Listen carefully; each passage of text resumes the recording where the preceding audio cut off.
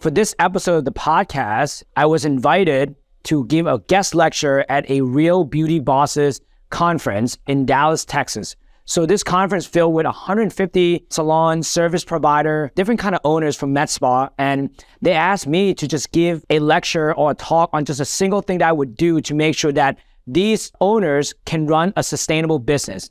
And the talk that I gave was all about raising prices to make sure that you can run a profitable business and also find ways to scale by using that profit that you generate by raising your prices. So I hope you guys enjoy this. It was a blast for me. It's gonna be the next entertaining 45 minutes for you as it was for me. So if you guys enjoy this, please like, subscribe, and then share this video to your friends. Let's give him a round of applause. Help me bring to the stage Natty as he shares with you about how to raise your prices and buy back your time. All right. Thank you so much, guys. Thank you. I'm so excited to be here. So you guys already know I'm a physical therapist, right? So I have my doctorate, all of that. But really, when Jordan asked me to come here to talk to you guys about raising prices, I'm just like, great, I cannot wait. And the reason I say that is because, my father-in-law actually owned a salon, and during COVID, he had to shut it down. And I saw multiple businesses fail. Like my parents used to have a Thai restaurant. They also had to shut it down. So for me, it was like, all right, well, how can I deliver value to you guys? And how did I pivot during COVID? Because during COVID, his salon shut down where my clinic grew 228%, right? So I'm just gonna share some framework that I went through, and most of it, and spoiler alert, it has to do with how we feel about ourselves. Because when it comes to charging, it has nothing to do with how the other people feel, right? And as we get the slide up, I'll share with you a little bit my background of who I am, where I'm coming from. But the title of my slide really is how to win back your time, your freedom, while scaling your business from 0 to 7 figure in a very competitive industry, right? Can you guys raise your hand if you think you're in a very competitive industry? Okay, just shout it out. Who do you guys compete with? What is your number one competitor? Well, if we go external, I think it's good. We're heading internal. That's good. That's where I want to go. Good. Oh, there you go. It's up. So who else you guys compete with? Yes? Okay, so corporate owned, right? Okay. Anyone else? Similar? All right, who's competing? Yeah. Okay, so we all have competitors, right? That just go without saying. So I'll tell you a little bit about my competition, right? So obviously with physical therapy, how many of you guys been to PT before? Begrudgingly, no one wants to go there, right? We all rather go to brunch. So my competitor, the number one competitor I have is Tylenol. Think about it, it's pain relief, right? Right? Now, answer me this. Does any one of your competitor charge less than Tylenol? Okay. Right? So that's my first starting point. Second is I'm also competing against, Instagram and TikTok PT, who's giving out free advice, right? The difference between my field is that people can go on Instagram, YouTube, oh yeah, I'm just gonna solve my problem by doing X, Y, and Z. With you guys, we all have seen it. My wife loved makeup tutorial, and when I come home sometimes, I'm like, maybe you need to stop watching that. This is no lie. My father-in-law walked in, and then he looked at her, he's like, did Natty do something to you? Why is your eyes all black? I'm like, no, that's contouring. And we're not gonna do that again. So now you guys get where I'm coming from when it comes to this. So I'm really passionate about being a professional service provider, right? I want you guys to think about I'm a PT, but really all I am is I'm trying to just serve the people that I like to help, right? And that's why we're all here, right? People from Jersey flew all the way over here. We escaped the cold a little bit, but most of you guys took the time out to be here. So, and again, all of us, I can probably say this, is because we want to do the right thing for our people, right? If we were here for the money, the conversation wouldn't be as deep, right? So let's just put that out there. All right, so let's get started. So I'm just gonna tell you guys about where I come from, so that way we can kind of get to know each other a little bit. So I'm a first generation immigrant. I moved here from Thailand at the age of 12, right? So when we moved in, that's where we moved into. It's a 1-bedroom apartment, no bedroom. So my sister and I, my mom and dad, we just picked corner, and that's our bedroom. So that's where I started from, right? It was a walking distance to a Thai restaurant that my parents were working at, right? So I grew up just working as a busboy, always in service business, right? Fast forward, my parents wanted to live the American dream, just like all of us, right? We wanted to own our own business. So they say, hey, I have this great idea. Let's start a Thai restaurant, right? So I had to help them get the LLC, go to the town. That picture was taken from a BlackBerry. So I don't know if you guys remember that, right? So BBM, that's an actual footage. It was like super private. That was my first step into marketing, right? Putting that on Facebook group. And obviously the restaurant business is not sustainable. It's really hard. And I saw my parents, how hard they work. And they didn't move here to make me work the same thing that they do. So they really pushed me to just keep going, pursuing higher education, right? Because nothing changed the narrative of an immigrant family than someone's getting a doctorate, right? It's in every single TV show. That's what we're trying to do. Again, if you guys are first generation, you have kids, you're probably trying to push the same narrative, right? So fast forward, I went to school, got my degree, and after I graduated, I didn't really know what to do. So I always liked to be in fitness. I was a personal trainer, again, service business. I ended up injured my back really bad where I couldn't walk for 2 weeks. I was crawling up and down the stairs. Then I got PT. I was like, oh my God, this worked. So I was like, all right, I can see myself doing this. This is really cool.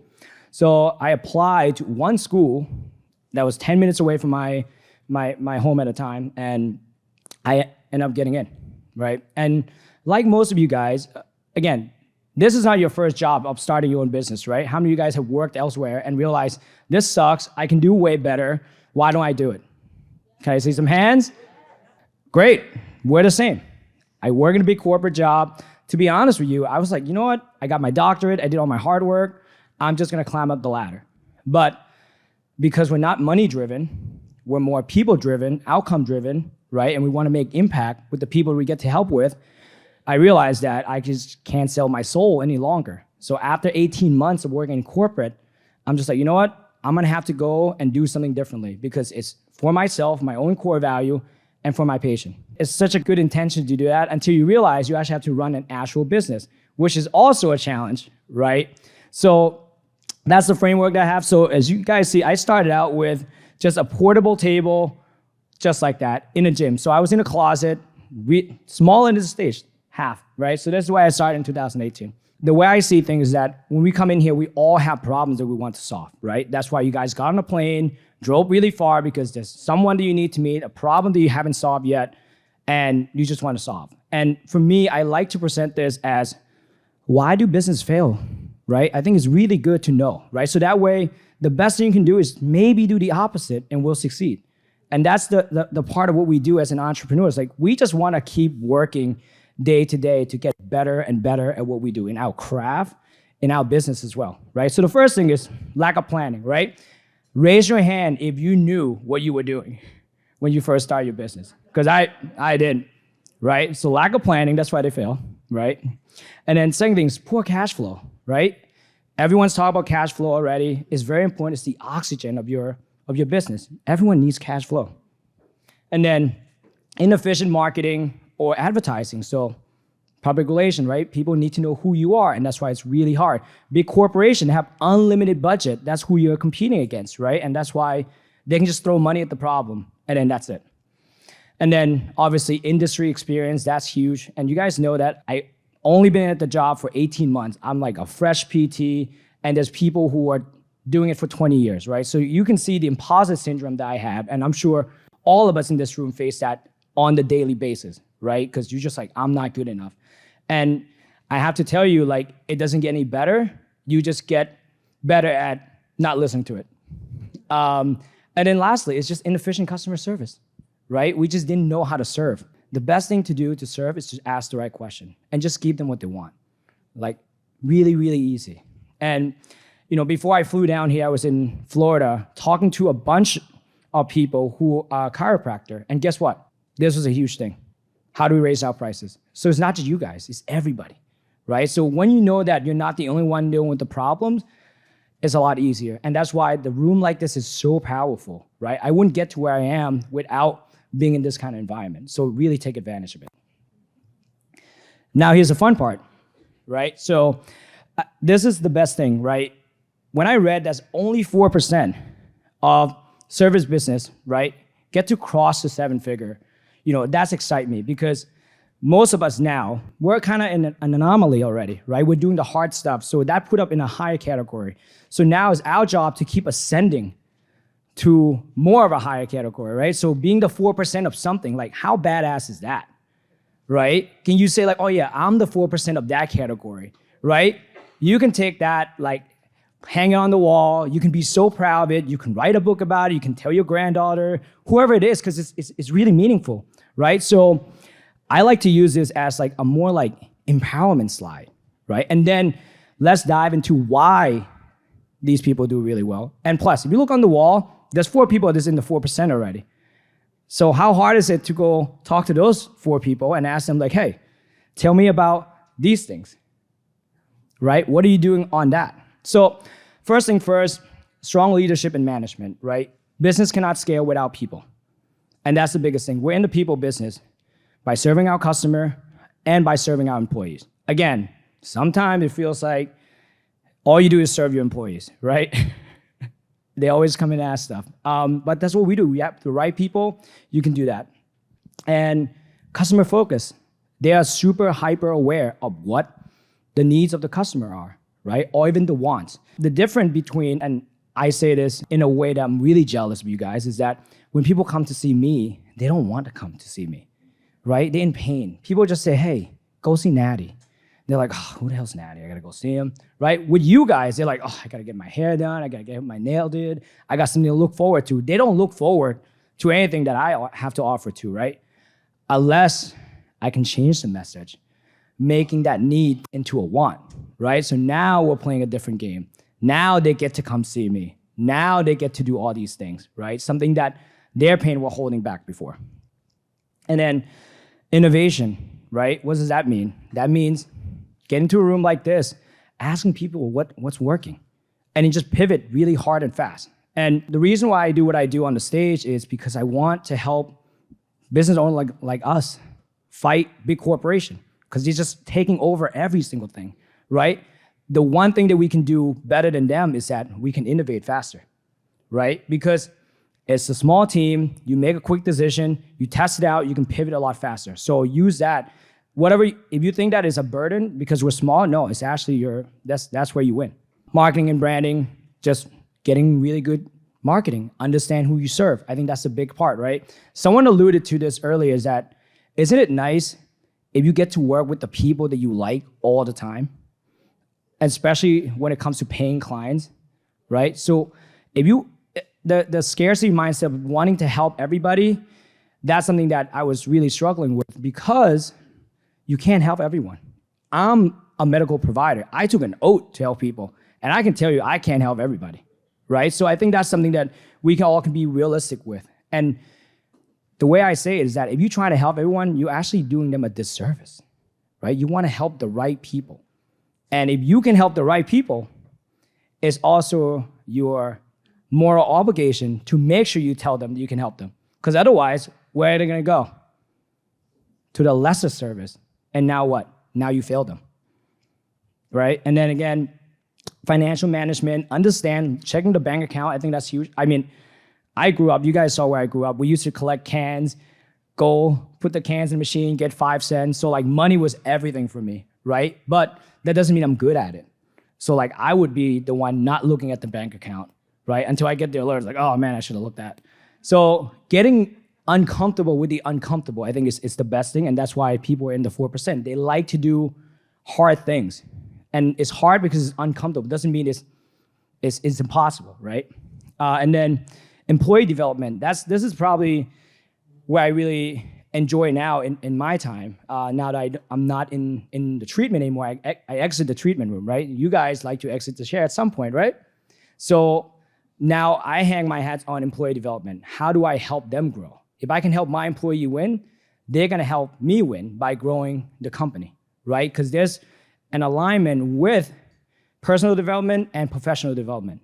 I argue it has to be, professional first, then personal, right? Because professional is a vehicle, right? Our businesses are the vehicle for us to live the kind of lifestyle that we want to live, right? To fund the life that we want, the education you want to give to your kids and everything else, right? It's a vehicle. It shouldn't dictate your life. And then scalability, right?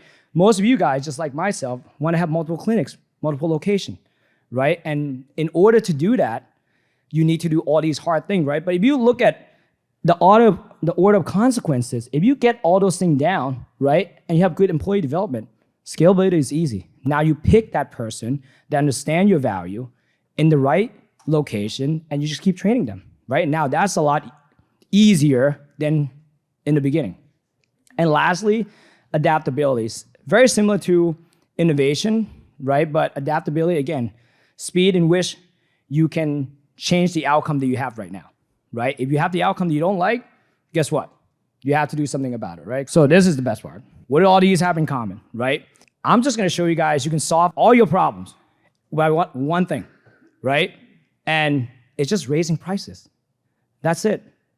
And most of you guys look at me like, all right, I know, I heard that before. And again, you wanna generate cash flow to give you more oxygen in your business, right? So let's go through it.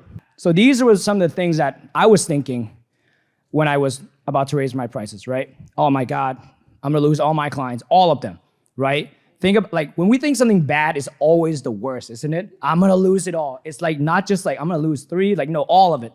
Like, everything's gonna burn down, this and that. I'm moving back to my grandmother's house. So we always think really bad. And again, goes the same as me. So I'm gonna lose all my clients, right?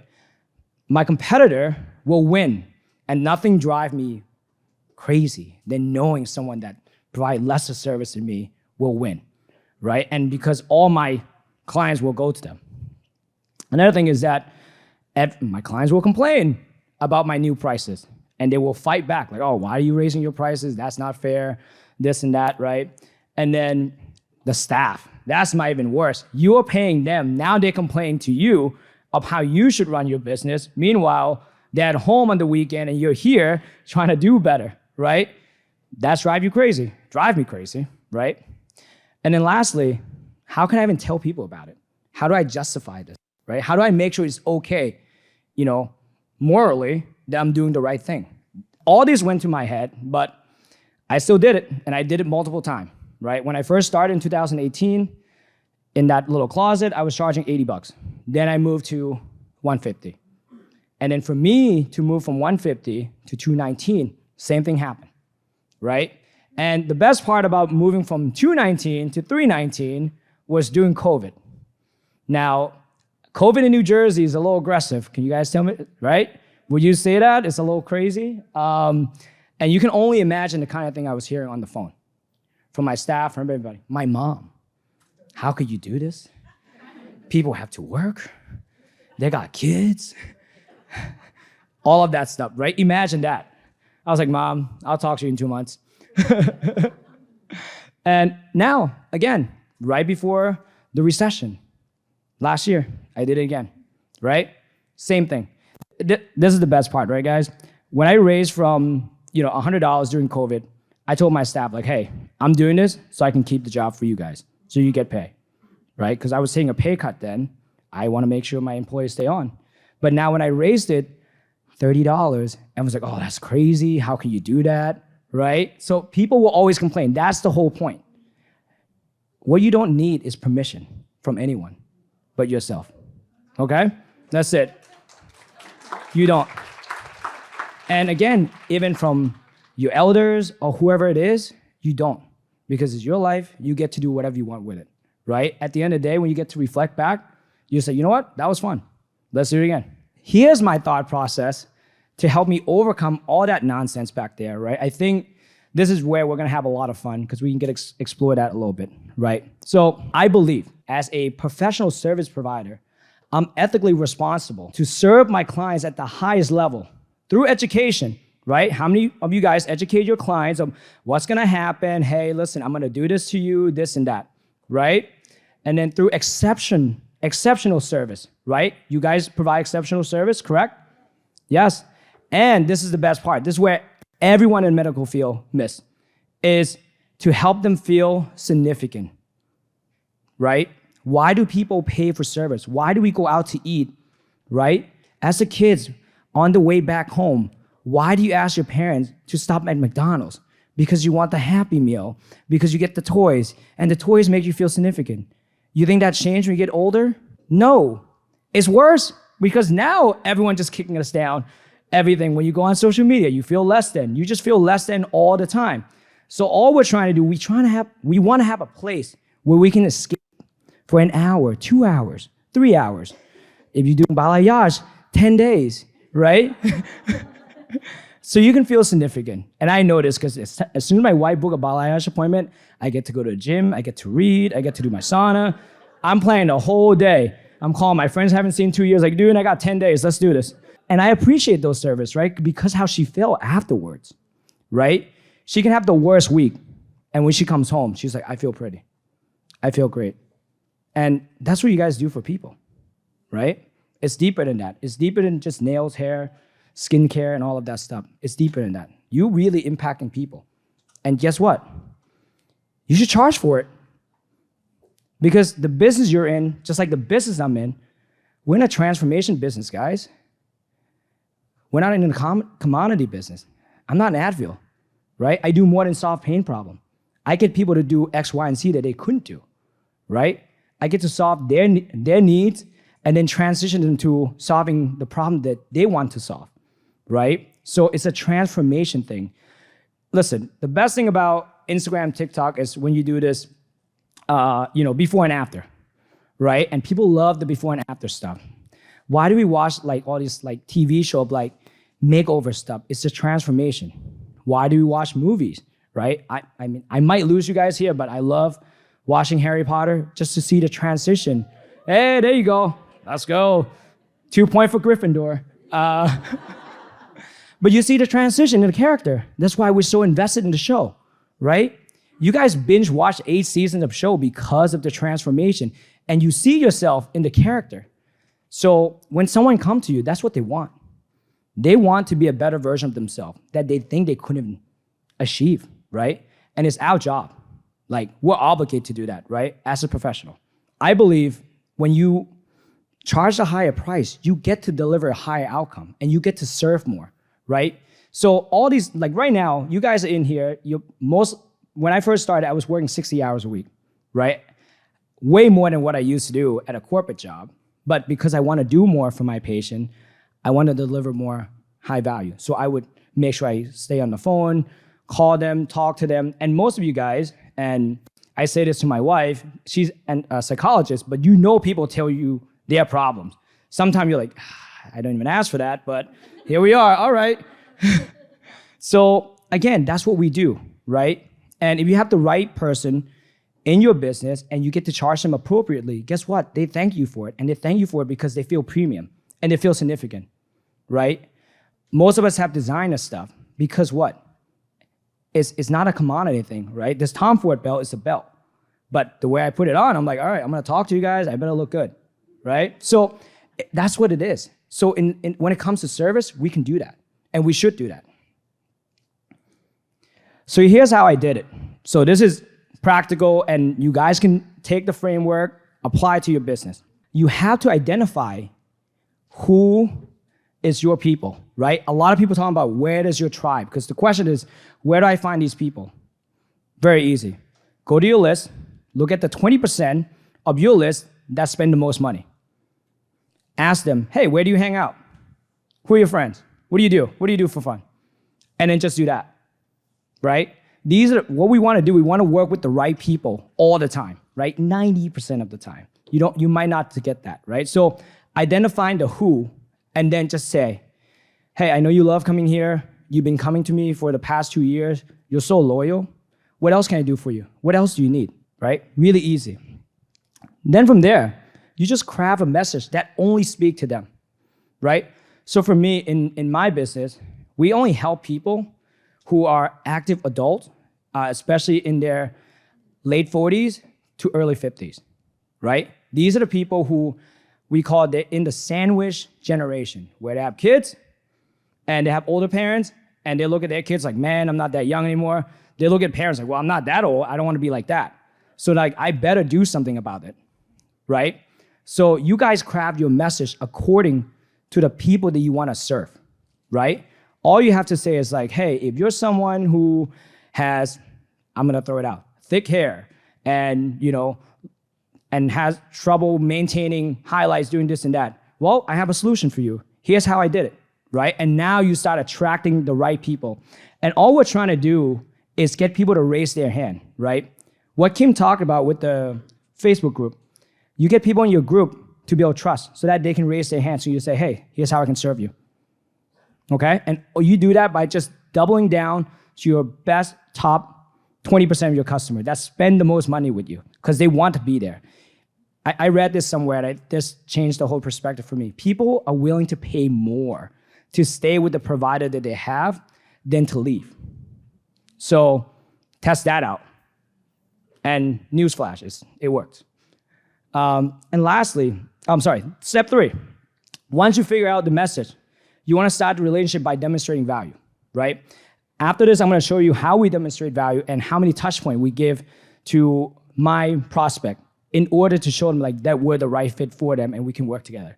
So you demonstrate value by sending out a message via Facebook group if you want, or you can just say, hey, I noticed that you're looking for this. Here's some tips that I can do. And what I love is making content, right? You guys, everyone's on social media, but you make content that only speak to your clients, they're gonna understand that more. You can just talk about your own experience. I think that's the best part. Like, hey, the reason I became an expert in this service is because I had such bad experience. Look, I literally couldn't walk. That's why I became a PT, right? People need to understand that, right? You guys have bad experience somewhere and then say, you know what? Screw that, I can do better. Talk about that. And then people can be like, oh my God, this girl gets me. This guy gets me. Like, I just went through the same thing. Because she gets me and she's fed up with this kind of nonsense, I'm gonna come to her. I'm gonna give my money to this business instead because of that, right? And you can buy more value by, again, Jordan talked about having that consultation.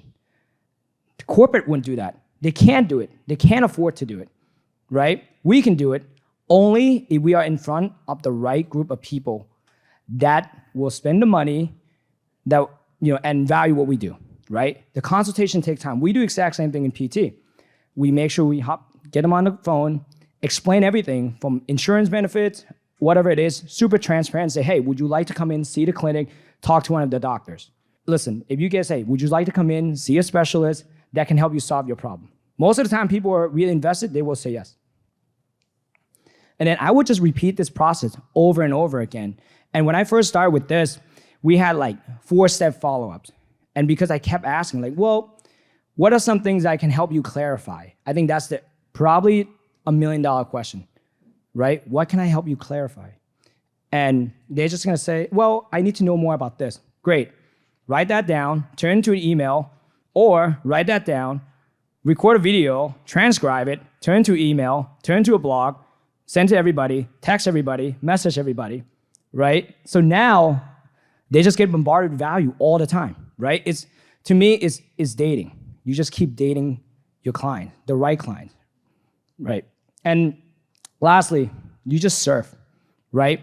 You just keep serving them. That's what we do. We serve people, we help people. And that's what separates us from our competitors. Because they don't think about the people. They think about the profit over the people. We care about the people, and that's why we will win. And you win by just serving the people that is your best fit. So this is my customer journey. This is how we serve people, right? So you guys can say, we have a free report on your website. You can say, hey, 5 steps to take care of your type of hair. Boom, boom, boom, right? 5 steps to make sure after you finish getting your highlights, it stays longer than most. Boom, right? Something to provide value. And right then and there, it's already separate you. Then from there, they get an email immediately, automation. Hey, do you get that report? Do you have any question with that? If so, can we call you? Always ask permission, right? So if they say yes, great. My sales girl will hop on a call and say, hey, just got your email from here. You say yes, just want to find out about you a little bit more. We don't sell anything. All we want to do is like, can we get to know you a little bit more, right? What problem are you dealing with? And the best thing about being in the PT business is that I get to just ask people what didn't work. And then I'm gonna say, I'm just gonna do the opposite of that.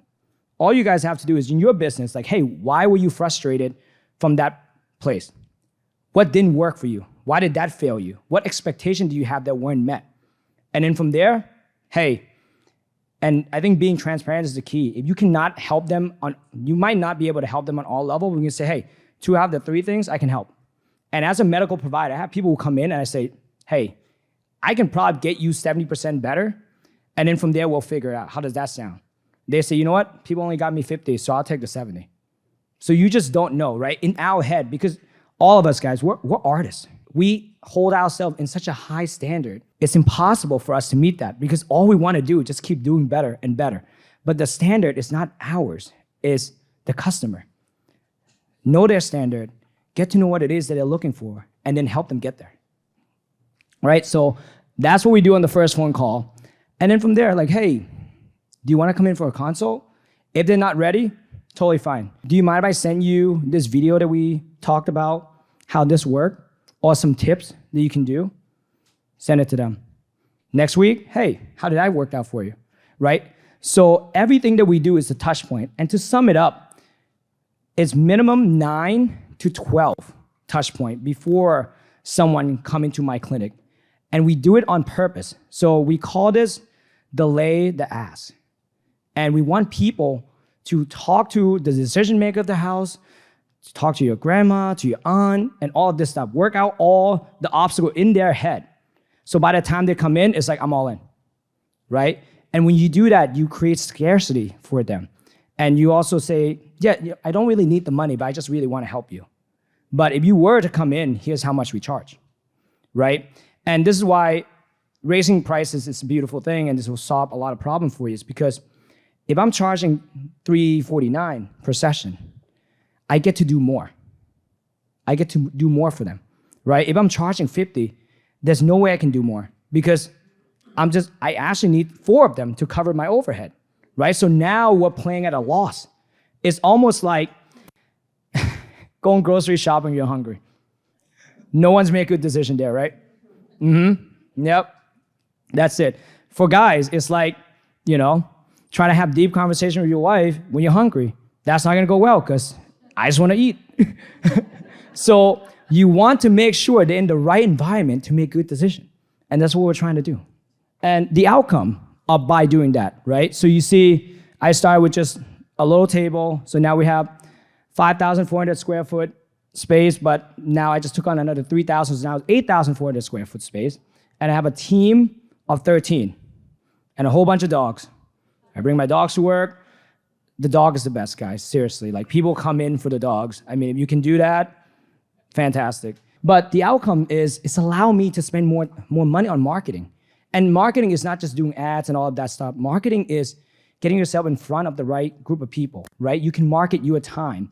Go do a talk, go do a lunch and learn. That's marketing, right? For me, when people come in and they give us a referral, I mail them literally handwritten card inside with free report of what we do, how we help these people. And this is probably the funniest thing, is that we address the envelope under their friend's name, right? So when you do it, so I can only do that because I charge $350. If I'm charging $50, I cannot do that, right? Because if I send 4 envelopes, that's cost me $50 already. Because I charge more, I get to do more. And if you guys charge more, you get to do that to serve at the highest level. How cool would that be if someone comes like, hey, my girlfriend needs this done, and I know you can help her. And you say, okay, cool. Say less, give me all the info. Here's all this stuff I can send them. And you send them tons of stuff. Tips, boom, boom, boom, self-care kit. And they open it, there's a handwritten note like, hey, listen, your friend was such a good friend. They're looking out for you. They want you to look so pretty, feel really significant. That's why I'm sending you this. By the way, if you find this helpful, give us a call, right? And right then and there, no pressure. And you get them to be like, this is my people. And with that outcome, it's allowed me to build my team. With the higher team, I get my time back, right? In the beginning, in my journey, I was trading my time for money. Now, all I want to do is just trade money for time, right? We all have 24 hours a day. Me, Bill Gates, Elon Musk, you guys, right? That's all it is. So just remember that, right? That's how you get your time back to be out of the treatment room, all you guys out of the chair, right? Take home message before anything. With high price strategy, you have more power to do more for your clients. That's the most important thing. Pricing equal power, right? So if you're charging 50 and you get 10 leads, you need to convert all 10 people. That's a lot of pressure. But if you have 10 leads and you're charging 200 plus, maybe 2, that's a lot less pressure, right? So now you're not for everybody and you view more exclusive, right? That's what you want. You want exclusivity. So you get to say like, oh, you know what? I'm not the right fit for you. Go there. I send people to my competitor all the time. This is the best part. Hey, let me make that phone call for you. Go over there, right? See you back here in like 3 months. So, and again, this is my passion is that if you are the best option for your target population, for your target client, you are ethically responsible to let them know that. You are ethically responsible to market yourself, your message, to serve them, and to charge them appropriately for that. Because the higher you charge, the more value they perceive, and the more significant they feel. It's all coming back to you trying to be your best, right? With high price point, you have more budget. You can develop your staff more. You can come to this event like this to serve them at the highest level, right? It's all coming back to us as an artist trying to be better, right? We're all trying to be Picasso here at some point, right? It just never stops chasing that big win, right? And the goals just keep moving and moving and moving. Once you guys get your name on that wall, guess what? Jordan and Katie are gonna have to come up with another wall for you guys to keep chasing, because that's what it is. That's what we do, right? That's why life is fun, right? And that's why being a business owner is probably one of the best things you can be. And then again, lastly, I don't want to say this anymore, but it's serving. That's what we do. We don't sell people. Other people sell and get to them. We don't. We serve. And to serve is the best thing we can do as a human being to another person. And before I go, guys, I just really want to thank you for your time. I appreciate being up here. I feel at home, to be honest. Thank you so much. I hope I helped. Lastly, if you want to stay connected, there's all my social. Go on my clinic Instagram page, see what we do with testimonial, all the stuff that we do. Please copy it, turn it, and make it yours. It's all out there. So thank you so much.